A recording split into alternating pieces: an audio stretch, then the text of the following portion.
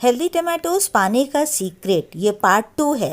First video आपने नहीं देखा है तो लिंक उसका डिस्क्रिप्शन बॉक्स में आपको मिल जाएगा। हेलो फ्रेंड्स, मैं हूँ विजया और आप देख रहे हो विजयास क्रिएटिव गार्डन। फ्रेंड्स, आज जो है हम आपको अपने टमाटर के प्लांट्स का अपडेट दिखाएंगे जो कि मैंने आपके साथ ग्रो किया था और उसको जो था ट्रांसप्लांट भी किया था इन पॉली बैग्स में। जो आप देख रहे हो ना, ये थैलों में पॉलीथीन के बैग्स में मैंने इनको जो था ट्रांसप्लांट किया था। अब जो प्लांट्स हैं ये काफी बड़े हो गए हैं, कुछ प्लांट्स वैसे छोटे भी हैं। जैसे कि ये सब प्लांट हैं ये काफी छोटे भी हैं और ये वाले जो हैं काफी बड़े हो गए हैं। मुझे उम्मीद से ज्यादा इनका रिजल्ट फास्ट मिल रहा था। वैसे तो मैं सोच रही थी कि इनको अक्टूबर में मैं ट्रांसप्लांट करूंगी, लेकिन मुझे ऐसा लगता है कि कुछ जो प्लांट्स हैं इसमें से मुझे पहले ही करना पड़ेगा। लेकिन चलिए ठीक है, वो तो बात की बात है। अभी मैं इन प्लांट्स के संग क्या कर रही हूँ वो आपको बताऊंगी। देखिए, सबसे पहले तो क्या होता है ना, आप ध्यान दो कभी तो अक्सर जो है मिलीबग्स वगैरह लग जाते हैं प्लांट में। अभी मैंने देखा था अपना, ये देखिए, ये तो आपको बहुत ज़रूरी नहीं है कि जब मिलीबग्स लगें तो एकदम से आप नीम ऑयल या कोई पेस्टिसाइड वगैरह यूज़ करिए। आप सिंपली अगर देख रहे हो कम लगे हैं तो उनको आप हाथों से ही निकाल करके इस तरीके से हटा दीजिए, तो वो बढ़ेंगे नहीं। और ये जो वाइट वाइट इसके पास हल्का सा रह जाता है ना, इसको भी हटा दीजिए, क्योंकि हो सकता है वहाँ पर आपको पता ना चले, कई बार उसमें लावा भी रहते हैं। उस प्लांट को चेक भी कर लो एक बार कि कहीं पर और मिलीबग्स तो नहीं लगे हुए हैं। मिलीबग्स हैं, एफिड्स हैं, जैसे बहुत सारे कीड़े जो हैं इस समय लग जाते हैं अक्सर ही प्लांट में। दूसरा स्टेप क्या है, जो कि प्लांट में आसपास चारों तरफ से इस तरीके से वीड्स बहुत सारी निकल रही हैं। इन सब वीड्स को आप जरूर हटाते रहो, क्यों कई कारण हैं। एक तो फ्रेंड्स, इन्हीं वीड्स के चक्कर में कई बार जो होते हैं कीड़े लग जाते हैं। जैसे कि ये वाला हमारा है, ये देखिए इसमें कॉक्सकॉम के सीड अपने आप ही लग गए हैं। तो देखिए इसमें जो है ऐसे कीड़े लग रहे हैं। तो अगर हम इसी को ग्रो होने देंगे तो ये आसपास का जो एरिया है पूरा कवर कर लेंगे और इनकी भी ग्रोथ बढ़ती जाएगी।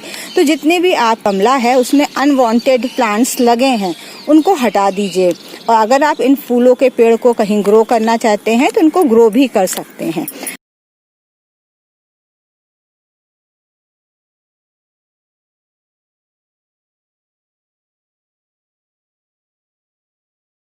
थर्ड स्टेप ये है फ्रेंड्स, देखिए सबसे पहले तो ये जो है आप चेक करो कि आपके प्लांट में ये नीचे वाली जो पत्तियां हैं, ये देखिए पूरा प्लांट है, ये जो नीचे वाली पत्तियां हैं इन सबको हटा दीजिए। ये इसलिए हटा रहे हैं क्योंकि दोस्तों, एक तो देखिए ये नीचे से ब्राउन या फिर ये पीली वगैरह पड़ने लग जाती है, तो ये अच्छी नहीं लगती है। और खराब पत्तियां रहेंगी तो इंसेक्ट्स भी जो है इनकी तरफ अट्रैक्ट होंगे।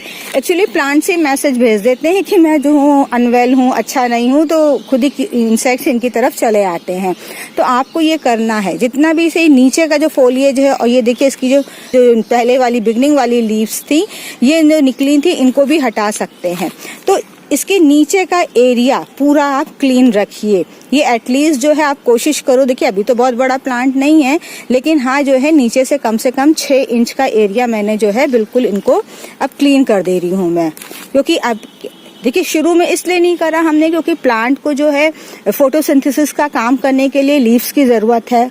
वो काम करेगा तभी उसको एनर्जी मिलेगी जिससे प्लांट ग्रो होगा। अब आप जान रहे हो कि प्लांट आपका ऊपर की तरफ ग्रो हो रहा है, तो अब आप नीचे की लीव्स को हटा सकते हो ताकि जो है नीचे का जो एरिया है वो थोड़ा सा क्लियर रहे। उससे प्लांट क्लियर हो जाएगा और प्लांट की सारी एनर्जी जो है ये ऊपर ग्रो होने में लगेगी। हाँ, तो ये तो हो गई। और नेक्स्ट एक चीज आपको और ध्यान देनी है, ये है कि आपके जो प्लांट हैं, देखिए इसमें जो है इस तरीके से फ्लावर्स बन रहे होंगे, ये बिगनिंग वाले फ्लावर्स, ये तो ये जो फ्लावर का ये जो बंच बन रहा है ना, इसको हटा दीजिए। अभी इसकी जरूरत नहीं है हमको। अभी प्लांट को मजबूत करना है, स्ट्रॉन्ग बनाना है। अभी हमें इससे फूल और फल नहीं चाहिए, क्योंकि फ्रेंड्स अभी जो है ये बनेंगे ना तो प्लांट तो हेल्दी देखिए है नहीं अभी बहुत ज्यादा। तो ये हो सकता है अपने आप ही ये जो फूल है ये आगे गिर जाए, इससे फल ना बने, या फल बने तो वो छोटे छोटे बने, फिर प्लांट की सारी आपकी ग्रोथ जो है ना वो रुक जाएगी।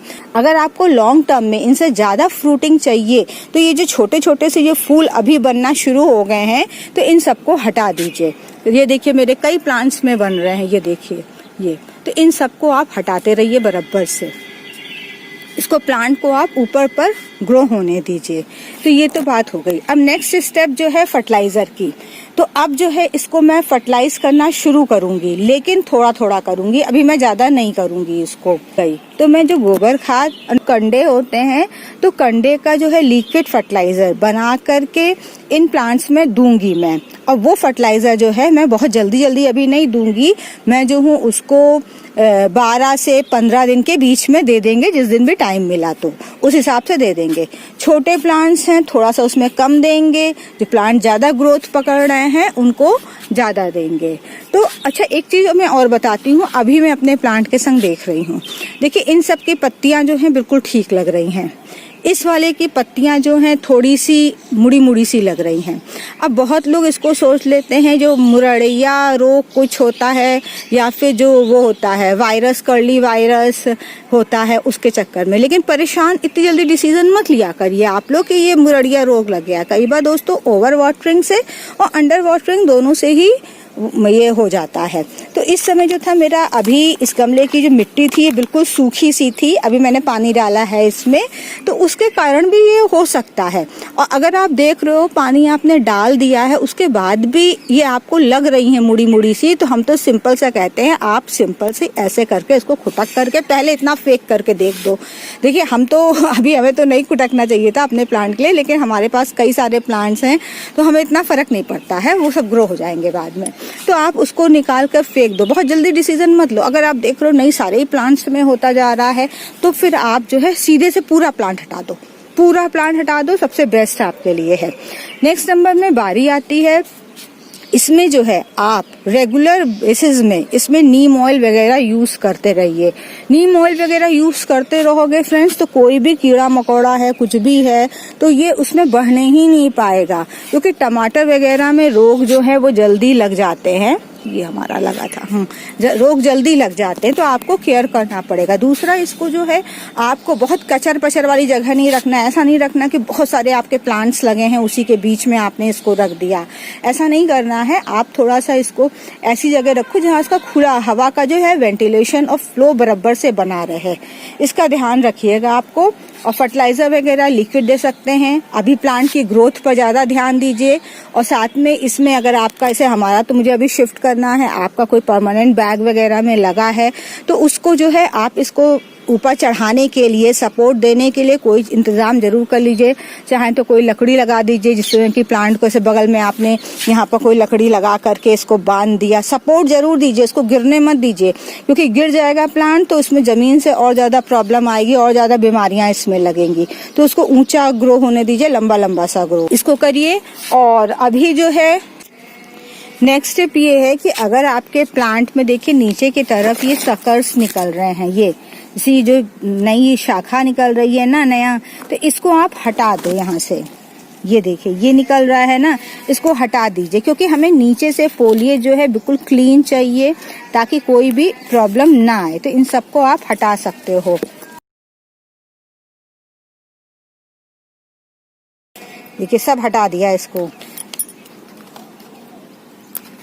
ये देखिए सब सकर्स जितने भी हैं ना, बिल्कुल मुंह मत करा करिए कि हमारा प्लांट जो है छोटा हो रहा है, खराब हो रहा है। बिल्कुल भी इस चक्कर में आप मत पड़िए, क्योंकि हमें अभी चाहिए अपने प्लांट को स्ट्रॉन्ग बनाना, मजबूत बनाना है। हमें इससे केवल 2-4 टमाटर लेकर के शांत नहीं हो जाना है, हमें अच्छे टमाटर चाहिए। तो इसके लिए जो है अभी थोड़ा सा आपको पेशेंस रखना पड़ेगा। उसके बाद जो है आप इससे टमाटर अच्छे हार्वेस्ट कर सकते हो।